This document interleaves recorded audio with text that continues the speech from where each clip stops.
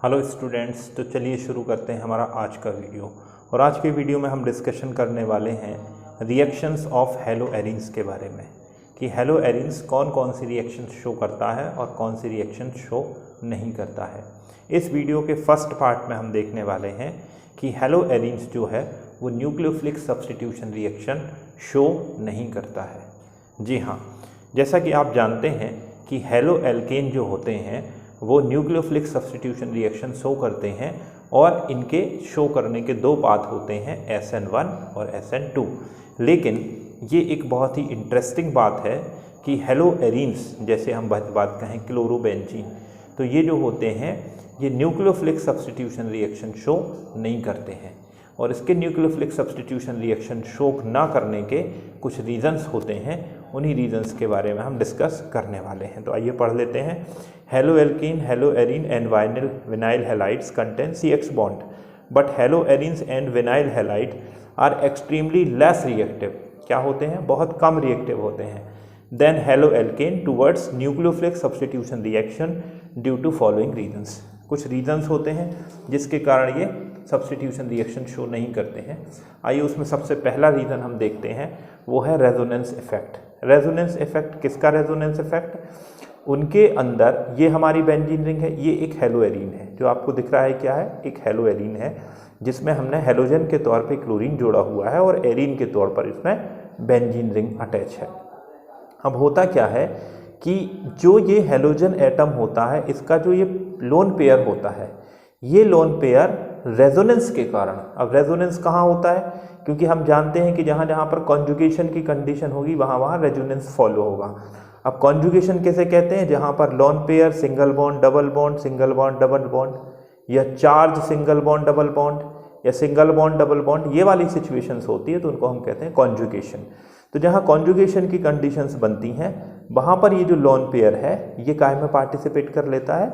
Resonance में participate कर लेता है। और ये जो इलेक्ट्रॉन्स हैं ये क्या होने लगते हैं? डीलोकेलाइज होने लगते हैं।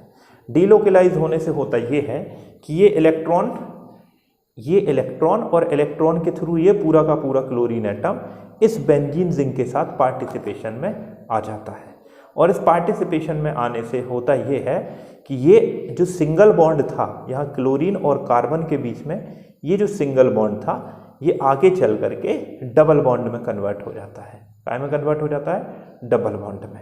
अच्छा, डबल बॉन्ड में कन्वर्ट होने से होता ये है कि ये बॉन्ड जो है ये थोड़ा सा स्ट्रांग हो जाता है और उतने इजीली नहीं टूटता है जितने इजीली हेलो एल्केन में टूट रहा था। तो ये सबसे पहला रीजन है जिसके कारण बेंजीन रिंग में डीलोकेलाइजेशन के कारण क्लोरीन के जो इलेक्ट्रॉन्स होते हैं, लोन पेयर इलेक्ट्रॉन कहें या पाई इलेक्ट्रॉन कहें, वो पार्टिसिपेट कर लेते हैं। और पार्टिसिपेट करने के कारण CX बॉन्ड जो होता है आपका स्ट्रांग हो जाता है और स्ट्रांग होने के कारण न्यूक्लियोफिलिक सब्स्टिट्यूशन रिएक्शन उतनी जल्दी शो नहीं करता है। एक तो सबसे पहला रीजन तो ये हो गया। आइए अब हम इसके नेक्स्ट रीजन की तरफ चलते हैं। इसका नेक्स्ट रीजन क्या है? तो नेक्स्ट रीजन है, in the case of next reason जिसे है हम कहते हैं हाइब्रिडाइजेशन।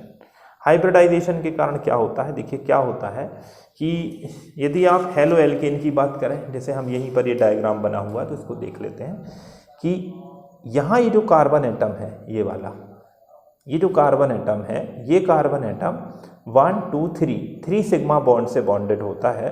तो इस कार्बन एटम का जो हाइब्रिडाइजेशन होता है वो होता है sp2। कौन सा हाइब्रिडाइजेशन होता है? sp2 हाइब्रिडाइजेशन होता है। लेकिन यदि हम बात करें CH3 CH2 Cl की, ये वाला जो कार्बन एटम होता है ये होता है sp3 हाइब्रिडाइज्ड। तो चूंकि ये कार्बन sp2 हाइब्रिडाइज्ड है तो इसमें s कैरेक्टर जो होता है वो कितना हो जाता है? 33%। और इसके अंदर s कैरेक्टर होता है 25%। क्योंकि यहाँ टोटल 3 ऑर्बिटल, तो एक के हिस्से में आया 33, यहाँ टोटल 4 ऑर्बिटल, sp3 मतलब 4 ऑर्बिटल, तो एक के हिस्से में आया 25%। तो यहाँ पर s का परसेंटेज होता है 33 और यहाँ पर s का परसेंटेज होता है 25। s का परसेंटेज बढ़ने से इस कार्बन की इलेक्ट्रोनेगेटिविटी क्या हो जाती है? बढ़ जाती है। S का परसेंटेज बढ़ने से इस वाले कार्बन की इलेक्ट्रोनेगेटिविटी बढ़ जाती है। अब कुछ बच्चे पूछते हैं कैसे बढ़ जाती है? तो s ऑर्बिटल कहाँ होता है? न्यूक्लियस के पास में। और कोई चीज़ न्यूक्लियस के जितने ज़्यादा पास में होगी उसकी अट्रैक्टिव पावर इलेक्ट्रॉन्स के लिए उतनी ज़्यादा होगी। तो s ऑर्बिटल का नेचर बढ़ने के कारण इस कार्बन की इलेक्ट्रोनेगेटिविटी इस कार्बन की इलेक्ट्रोनेगेटिविटी से ज़्यादा होती है। और जब ये इलेक्ट्रोनेगेटिविटी ज़्यादा होगी तो ये वाला कार्बन इस बॉन्ड के इलेक्ट्रॉनों को क्या करेगा? अच्छे से होल्ड करके रखेगा। और इलेक्ट्रोनेगेटिविटी ज़्यादा होने से जब ये इलेक्ट्रॉन अच्छे से होल्ड होंगे तो ये पूरे तरीके से क्लोरीन की तरफ क्या होंगे? शिफ्ट नहीं होंगे।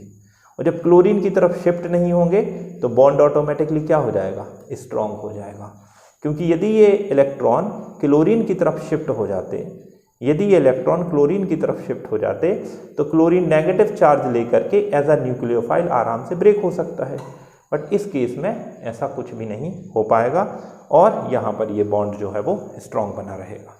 तो सेकंड कॉज की यदि हम बात करें तो सेकंड कॉज क्या है?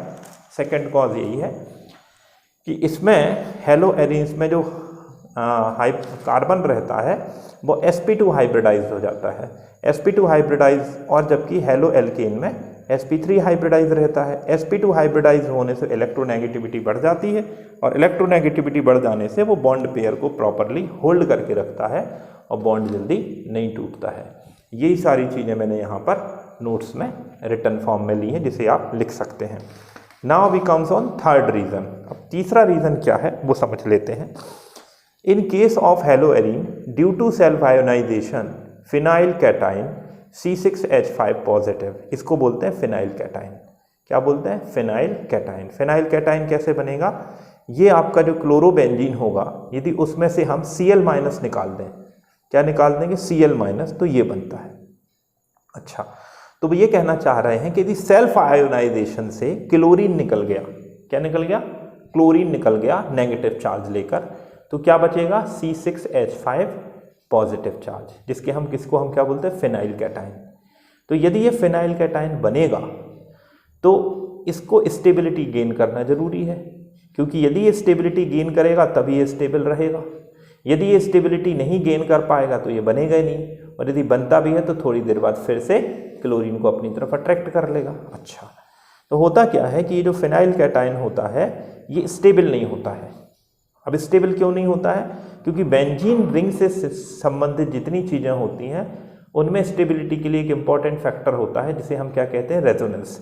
अब इसमें रेजोनेंस की कोई पॉसिबिलिटी है नहीं। क्यों नहीं है? क्योंकि रेजोनेंस के लिए ज़रूरी होता है positive charge, single bond, double bond, इस तरीके की सिचुएशन। यहाँ पर क्या है? पॉजिटिव चार्ज और डबल बॉन्ड, दोनों चीज़ें एक साथ हैं। ऐसी कंडीशन में ये रेजोनेंस के थ्रू अपने आप को स्टेबल नहीं कर सकता है। तो ये कैसा हो गया? बहुत हाईली अनस्टेबल। हाईली अनस्टेबल हो गया मतलब ये बन नहीं पाएगा। अच्छा, आप लोगों ने पढ़ा है कि न्यूक्लियोफिलिक सब्स्टिट्यूशन रिएक्शन SN1 या SN2 दो मेथड से काम करता है। तो SN1 मैकेनिज्म में क्या होता है? कार्बोकैटायन बनता है। तो यदि कार्बोकैटायन इसमें बन जाता तो इसमें क्या ये SN1 पाथ फॉलो कर लेता, लेकिन कार्बोकैटायन स्टेबल ही नहीं है, अनस्टेबल है, तो ये SN1 पाथ फॉलो नहीं कर सकता है, इसलिए ये न्यूक्लियोफिलिक सब्स्टिट्यूशन रिएक्शन शो नहीं करता है। This is third reason.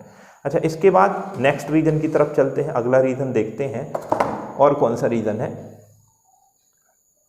तो नेक्स्ट रीजन जो हमारा है वो है nucleophile and haloarene ring both are electron rich species, so uh repulsion force also work.